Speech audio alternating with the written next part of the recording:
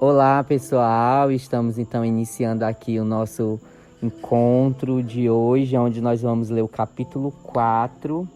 Deixa eu ver aqui o título. Os mortos veem a face de Deus. Deixa eu baixar a luz aqui, deixa eu celular.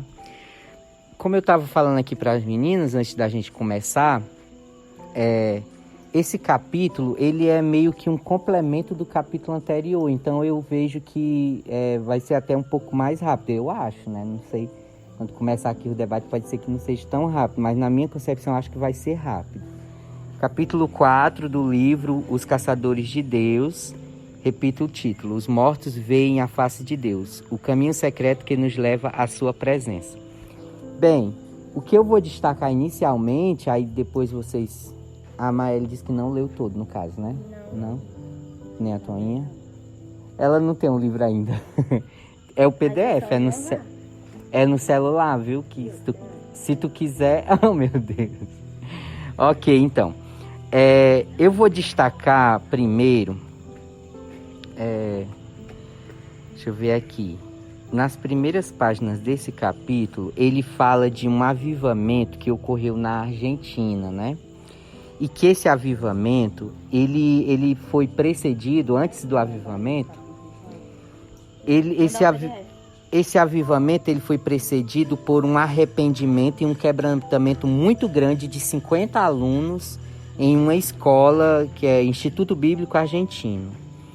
Esses 50 alunos se propuseram a chorar e a clamar pela nação e passaram 49 dias nesse propósito, e quando foi nos 49 dias, Deus trouxe uma revelação e tal para um deles, eu não sei se esse pastor que escreveu, que eles parassem, que agora viriam as respostas. E depois desses 50 dias, dos 49, fechando 50, que veio a resposta, vieram grandes movimentos, grandes trabalhos na Argentina, que lotavam estádios com cerca de 180 mil pessoas, se eu não me engano. 180 mil pessoas que se juntavam nos estádios e buscando a Deus, sedentas, clamando e tal. Nunca me esquecerei do que aquele homem me disse. Aí aqui tem um relato desse homem. Se Deus puder contar com pessoas entre o seu povo, em uma determinada região, que rejeitem o domínio satânico com humildade, quebrantamento, arrependimento e intercessão, então ele vai entregar uma ordem de despejo ao poder demoníaco vigente naquela área. E quando assim Deus o fizer, veremos a manifestação da sua glória. Sem quebrantamento, sem arrependimento, todas essas palavras que ele destaca, humildade, quebrantamento, arrependimento, intercessão, não há esse avivamento. E aí no livro ele vai destacar que o avivamento que a gente vive, ele é um avivamento muito duvidoso, no sentido de que é só um mover ali dentro da igreja que não vai além. Aonde como às vezes a gente usa até a expressão fogo de palha. Na verdade, quando Deus chama a gente para viver um novo dele, um avivamento, como ele descreveu aqui, é com propósito, não apenas para se sentir bem. O nosso culto hoje foi bom. Não, ele tem um propósito. E aqui, no caso, o propósito desse avivamento aqui era salvação. E sempre o mover de Deus na terra sempre busca salvação. Ele não busca o bem-estar, para a Salete se sentir bem, para não sei quem, para trazer bênçãos. As bênçãos são as demais coisas. O propósito da vinda do Filho do Homem para a terra foi salvação. Então, tudo na igreja deve girar em torno de salvação.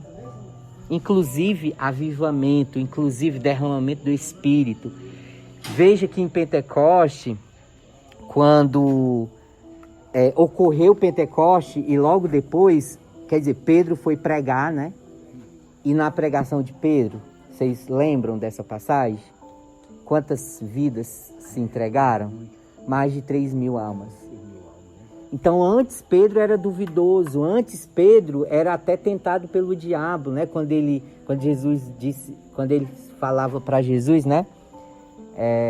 Eu vou morrer contigo, quer dizer, nem pensava no que estava falando, ele simplesmente reagia, né? Eu vou morrer contigo e tal, e aí Jesus disse, antes que o galo cante, tu vai me negar 3 vezes. Isso acontece antes, mas depois, quando ele passa pelo avivamento, quando ele é transformado e tal, que ele vai pregar, 3.000 almas se convertem. Mas não é por causa de Pedro. É o que a gente aprendeu na leitura passada. É Deus que faz. Nós precisamos ser apenas instrumentos que estejam disponíveis para Ele fazer, né? Vamos lá. Por isso que eu destaquei esse primeiro pontozinho aqui da história lá da Argentina. Contentamo-nos em dançar ao redor da sarça ardente. Aqui ele faz um paralelo com a história de Moisés. Moisés, ele vê o fogo de Deus, ele fala com Deus, ele sente talvez arrepio, sei lá, qualquer coisa. Mas ele não fica só ali. O propósito é o quê? Resgatar Israel do Egito.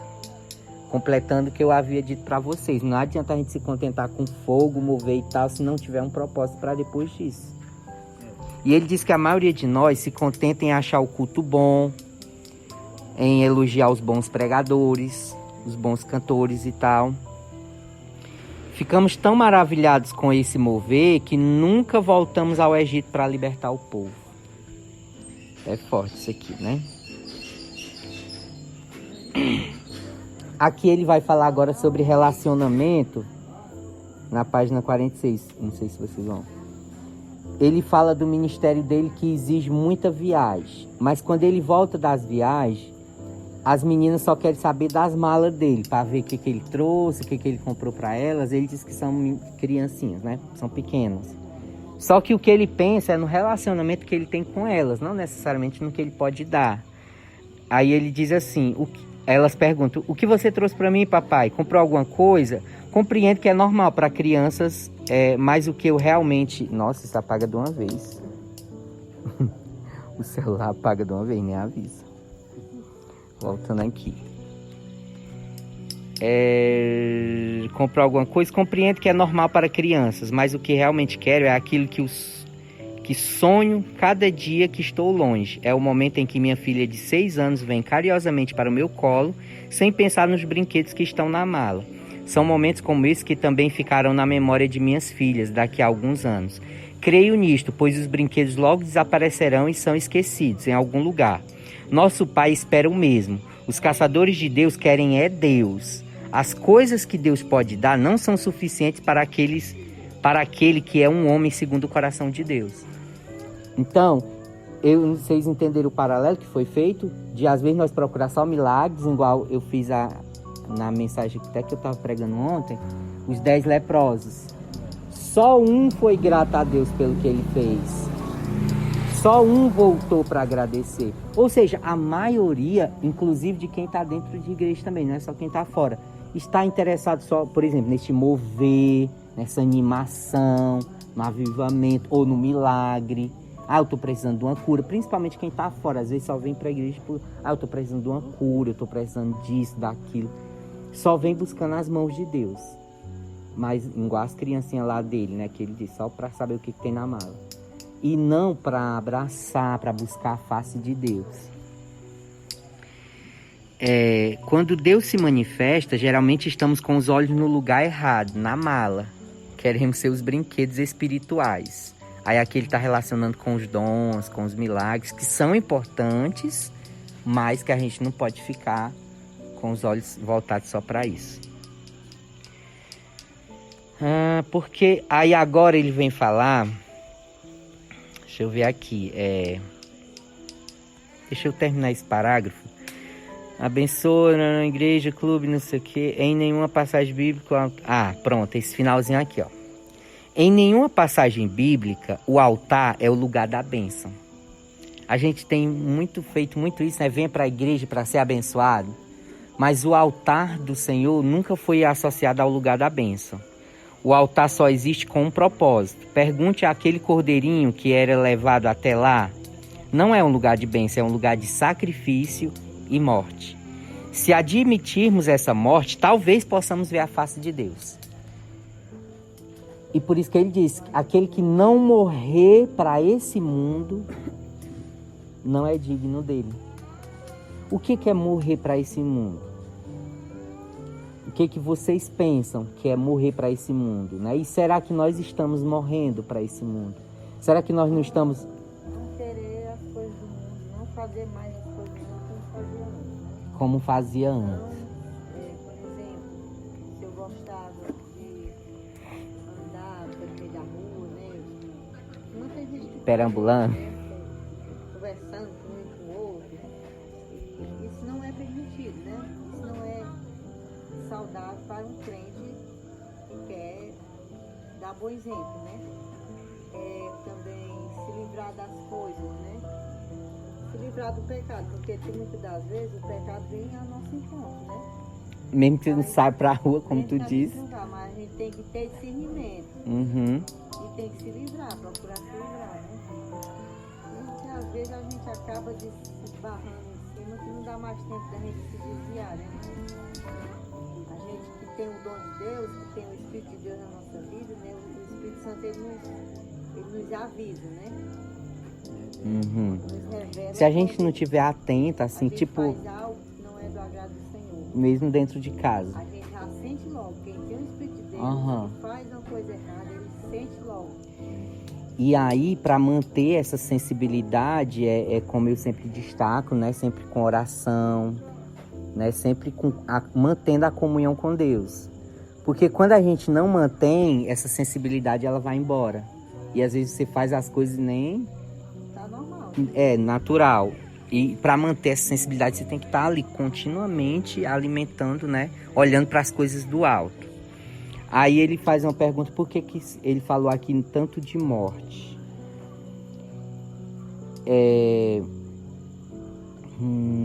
Deixa eu ver que parte eu posso destacar.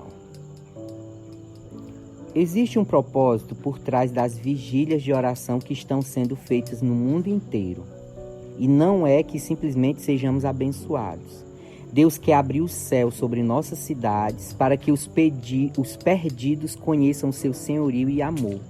Este é o verdadeiro propósito da manifestação de Deus entre os homens. Temos que tirar nossos olhos dos brinquedos e fixá-los nos propósitos do Senhor. Como Moisés, precisamos clamar: obrigado, Senhor, mas não é suficiente. Queremos mais, queremos ver sua glória. Não queremos somente saber onde o Senhor esteve, mas queremos ver aonde o Senhor está indo. É isto que eu estou buscando. Só quero saber para onde Deus está indo. Então, eu acho que vocês entenderam aqui, ele fazendo esse paralelo com a história de Moisés. Moisés não queria simplesmente ter um contato com Deus, mas ele queria saber o que Deus queria fazer. E Deus tinha aquele relacionamento muito lindo, né, com ele, falava boca a boca, face a face, né, e tal. Mas ele pediu para ver a face do Senhor, né, mesmo sabendo que não podia ver. Porque Deus responde para Moisés. Moisés chega assim e diz o seguinte: eu quero ver tua face. Deus diz: Moisés, nenhum homem pode me ver e viver. Aí aqui ele vai fazer uma outra comparação que eu acho que eu nunca fiz, eu não sei se vocês também. Na verdade, essa passagem ela quer dizer o seguinte: quem quer ver Deus tem que morrer. Às vezes não morrer literalmente. Era o que tu ia dizer? Era. Nós precisamos morrer. E aí o Novo Testamento veio reforçar essa passagem. Se você não morrer para esse mundo, né, não vai ser digno dele. Quer dizer, Moisés estava sendo revelado isso no passado. Não é possível servir a dois senhores. Manter-se vivo para o mundo. Ou seja, para o mundo a gente deve ser quase sempre um deslocado, uma pessoa fora, né, remando contra a maré. Até muitas vezes excluído, né? Mas isso é bom. Isso, na hora das opiniões, na hora das coisas, é sempre, né, ali... Eu estava falando hoje na oração que a maioria do povo lá do mundo, eles sabem que a verdade está com nós. A A verdade está na palavra de Deus, está na Bíblia. Muitos sabem, né, a realidade, que nós estamos procurando o caminho da salvação, né? Mas por que eles não vêm? É porque eles não querem deixar exatamente esse. Chega a esse ponto aí que tu fala, né? Eles não querem morrer por ele. Eles querem viver. Eles querem viver esse êxtase que eles estão vivendo, porque dá um êxtase, né? Tipo, as amizades, a soberba, o orgulho, a humilhar os outros, né? Por causa do seu orgulho. Muitas coisinhas vão trazendo ali uma alegria momentânea e que eles acham bom, gostam. E agora, eu quero até fazer uma comparação com as redes sociais, para os jovens principalmente. As redes sociais é uma distração muito forte, muito grande.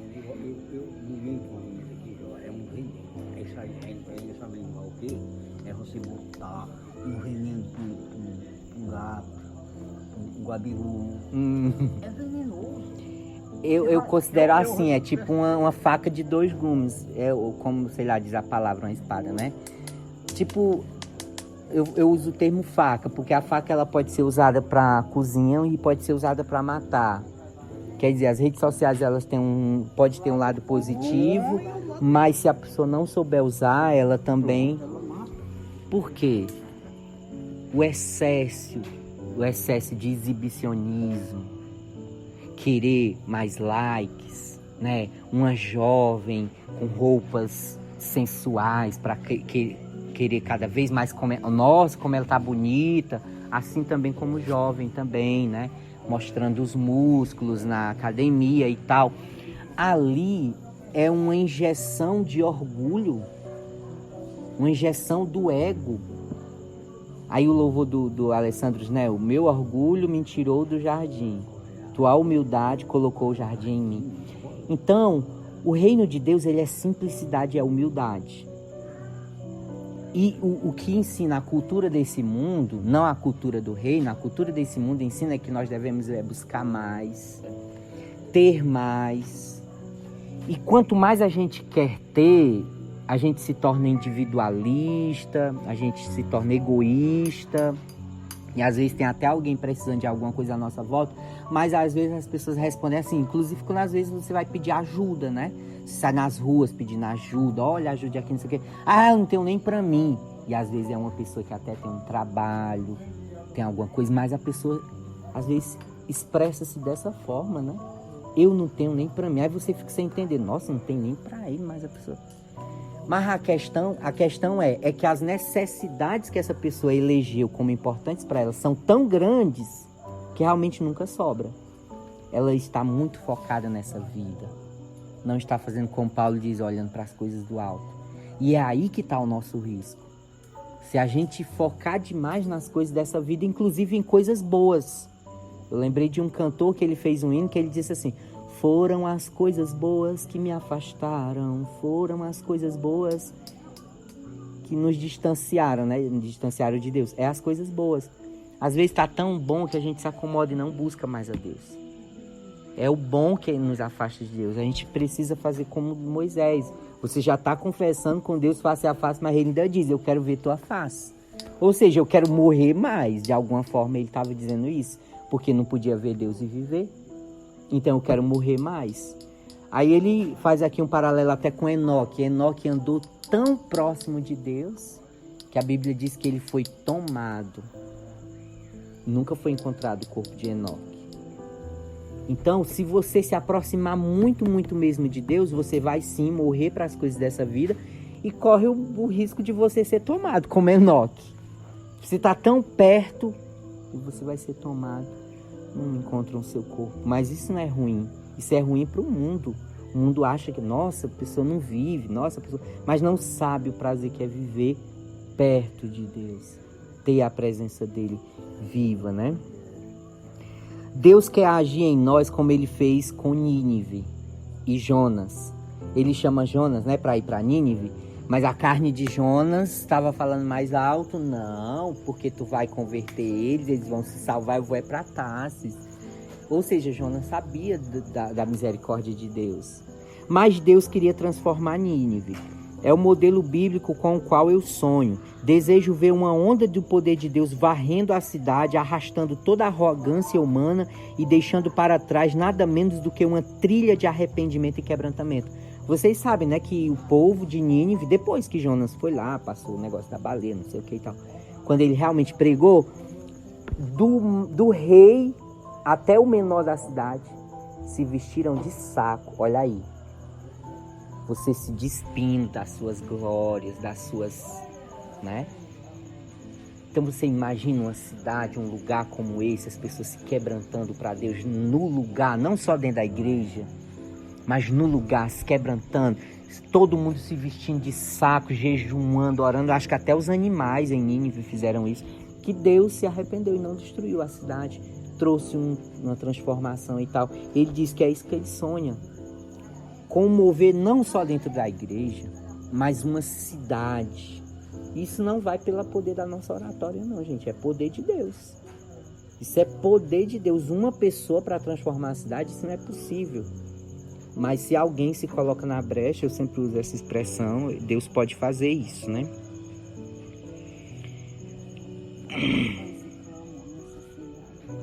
Aí agora ele comparou com Nazaré. Nazaré é a terra de Jesus. Jesus está lá, um dos maiores pregadores, ele diz aqui, o melhor pregador que já existiu, mas Jesus disse o seguinte: poderia ser operado muito mais coisas nessa cidade, mas a incredulidade, ou seja, a chave está na fé. Se nós não cremos, se a cidade não crê, se não há um mover de quebrantamento, arrependimento e fé, porque só se quebranta e se arrepende quem tem fé, né? Uma coisa meio que está amarrada à outra. Se eu não creio em Deus, eu vou me arrepender de quê? Não vou me arrepender de nada. Então não existe Deus mesmo, né? Então uma coisa está ligada à outra. Então ele diz aqui que Jesus, ele declarou na sinagoga: o Espírito do Senhor Jeová está sobre mim. E leu diante deles o que faria: curar os doentes, abrir os olhos do cego, libertar os cativos. Mas a incredulidade do povo nazareno se colocou como obstáculo. Precisamos atentar para essa triste história, pois Nazaré era o cenário bíblico perfeito no tempo de Jesus para viver um avivamento. Porém, não creram. Jesus justificou isso, né? Que o profeta não tem honra na sua terra. Ah, eu conheço o menino, ele é ali da esquina. Eu vi crescer meu filho de José. Ora, da onde que um homem desse pode curar o doente e tal? Então, aí, um carpinteiro. Talvez os outros lugares, por não conhecer, sempre tem essa, né? Por isso que às vezes para a igreja tem que vir um pregador de fora, que é comum como qualquer um de nós. Mas às vezes a gente se entrega, mas só porque é de fora. Lá no lugar dele, talvez ele... As pessoas também não consideram e tal. Ah, eu conheço, nasceu aqui e tal. Então, a questão não é nós. É a gente se dispor como instrumento de Deus, porque não somos nós. E a gente olha muito pro canal, pro vaso. Não, é pecador igual esse. Sim, o que vem de fora também é pecador. Jesus não era. É o único. Não era pecador, mas talvez encontraram ainda. Por isso que nem creram nele. E nós hoje somos só instrumentos, cheios de pecado, de falhas, estamos na luta, na briga, tem que estar no espírito, como a Salete está dizendo e tal. Mas se você ainda assim andar desse jeito, vai ter falhas, vai ter e tal. E as pessoas vão às vezes apontar. Elas não vão olhar pela tua busca. Coisinha, não destaca o seu esforço de caminhada com Deus. Todo o tempo de... Uma coisa que aparece... tá aí. Bem que eu falei. Então, a incredulidade aparece logo e atrapalha. A Bíblia diz: sem fé é impossível agradar a Deus. O outro título: sou um defunto ambulante. Só os que morrem podem ver a face de Deus. Quando você penetrar além do véu, diga: não estou vivo, sou um morto ambulante. Quando um condenado à morte, à pena de morte, começa sua caminhada final em direção à sala de execução, antes que a porta do corredor se feche, um dos guardas grifa nas costas dele, defunto ambulante, para que todos saibam que alguém está em seus últimos instantes de vida na terra. Todos ficam imóveis em respeito àquele momento. O homem está vivo, mas por pouco tempo. Quando ele chegar à câmara de execução, é o fim. É assim que é o cristão, como descrito em Romanos 12, verso 1. É um defunto ambulante. Romanos 12, verso 1, eu tinha até colocado aqui esse versículo, mas eu perdi as marcações. Diz assim, que ele pede para que nós sejamos sacrifícios vivos. Esse é o nosso culto racional, o vosso sacrifício vivo. A nossa vida é um sacrifício para Deus. Negar as coisas, negar às vezes alguma regalia, negar, por exemplo, depois de um dia de trabalho, né, nós estamos aqui para aprender do reino de Deus. Isso é um pouco de negar a nós mesmos, né? Além de muitas outras coisas. Então, Romanos 12:1 fala disso. Quando os sacerdotes amarravam a corda no pé para entrar no altar, que a gente falou até no encontro passado, eles estão dizendo: eu sou um defunto ambulante. Se eu não estiver preparado, se eu não estiver quebrantado o suficiente, eu vou morrer lá e vou ser puxado pela corda. Então havia um temor muito grande de se aproximar da presença de Deus, né? Ele conta até uma história que talvez antes dele sair de casa, sim, o cuidado deles aqui era muito grande. Na noite anterior que ele fosse entrar no altar, eles não dormiam, passavam a noite acordados, para não correr o risco nem de sonhar com o pecado. Porque era um risco dele morrer lá dentro, né? Então, o cuidado deles era muito grande, a reverência, né? O quebrantamento. Falhamos em não compreender a glória de Deus. Paulo diz em 1 Coríntios 1:29, a fim de que ninguém se vanglorie na presença de Deus. Quando a gente vai para a presença de Deus, a gente tem que ir com essa tarja de morto ambulante. Ou seja, morto para as nossas vontades, morto para o mundo, morto, quer dizer, vivo só para Deus mesmo. Se a gente for com pecado, a gente corre um risco de morrer literalmente. Porque Deus não pode ver o pecado, né? Se a carne estiver presente quando a glória de Deus se manifestar, terá que morrer, pois nada pode sobreviver diante desta presença. Somente quando sua carne estiver morta, poderá a pessoa permanecer na presença de Deus. Apenas os que morrem podem ver sua face. Aí vocês já entenderam. A fumaça que era usada lá na hora do sacrifício era para esconder a carne. Então a unção de Deus que vem hoje também é meio que essa fumaça daquela época. É para esconder a nossa carne, para Deus não ver o nosso pecado e a gente poder estar na presença de Deus. Ele explica isso aqui nesse...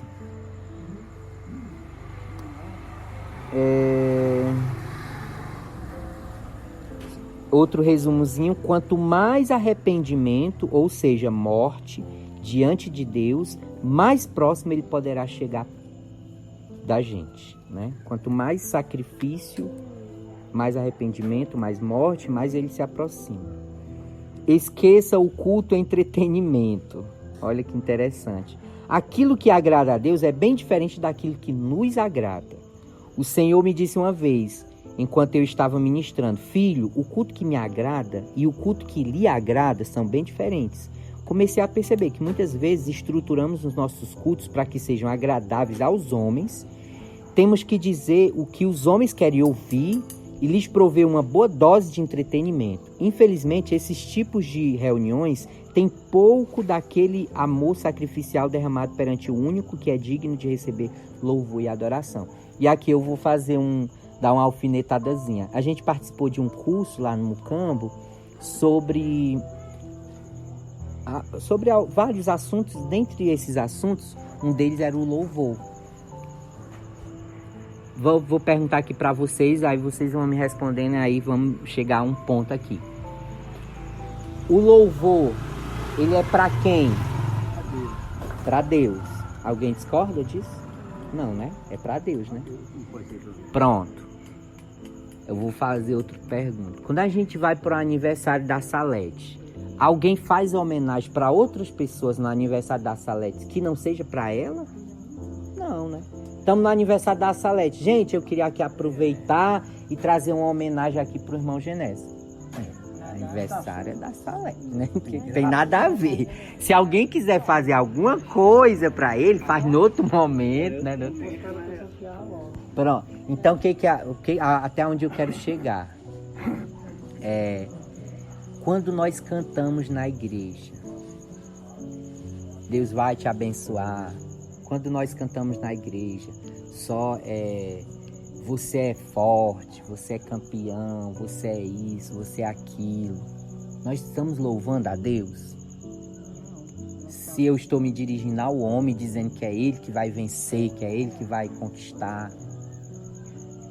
Já não é pra mim. Então, isso eu estou falando de louvor. Deus pode sim trazer uma revelação para alguém dizer, eu sou contigo, eu vou.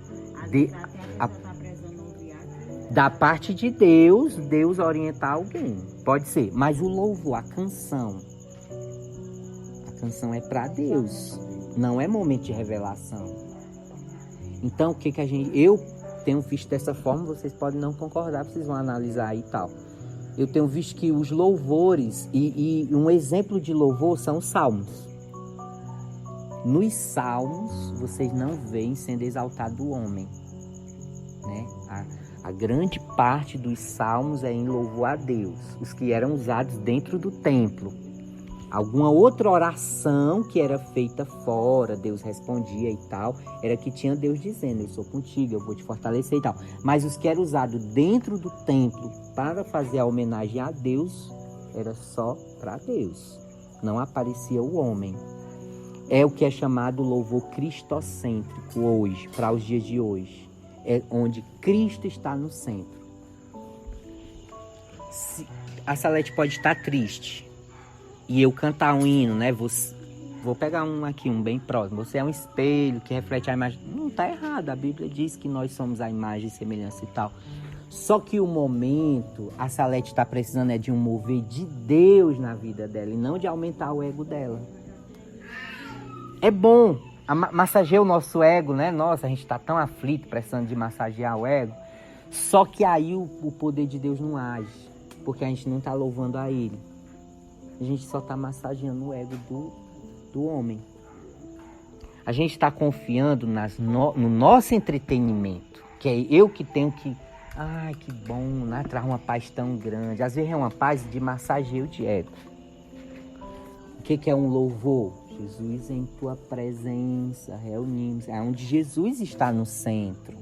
O único que é digno de... Não é o homem, é Deus. Então a gente precisa ter muito cuidado. Em casa você pode louvar esses louvores que tem a palavra e que de repente servem para você. Mas na hora de fazer uma homenagem para Deus, é para Deus. Vocês estão entendendo? Você pode sim fazer um louvor que tenha sim um homem e tal, alguma mensagem desse tipo. Mas na hora de cultuar, não é para o homem. Acho que vocês entenderam. Então, quando nós vamos cultuar, nós vamos homenagear uma pessoa. Se eu vou homenagear uma pessoa, então não pode aparecer mensagem para outra pessoa. No caso, nós. Agora em casa, um louvor que tem a palavra, que às vezes massageia, me relaxa, diz que eu sou um espelho. Amém, você está em casa.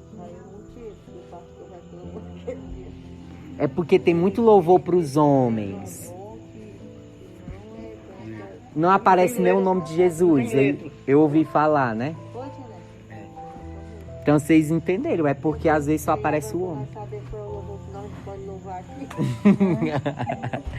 Aonde estiver exaltando demais o homem, aí você já sabe. Não, aí, Deixa eu ver aqui. Isso aqui eu já expliquei. Esta bênção tem um custo. Toda carne tem que morrer, vocês já entenderam. Queremos vida, mas o Senhor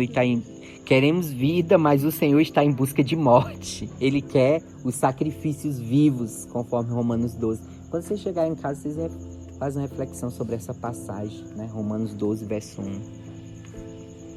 O que mais aqui? E pronto. Não sei se eu fui resumido, mas Eu acho que fui, né? Deixa eu ver qual foi o tempo aqui. Pronto, pessoal. Foi, meia hora. Foi resumido. É isso aí, pessoal. Acho que eu resumi bem. É para você que está acompanhando essa gravação, né? Espero que vocês tenham sido edificados e reflitam sobre esses pensamentos, essas ideias que a gente trouxe aqui. No próximo encontro a gente volta com o capítulo 5 do livro Os Caçadores de Deus, de Tommy Cheney. Até a próxima. Tchau!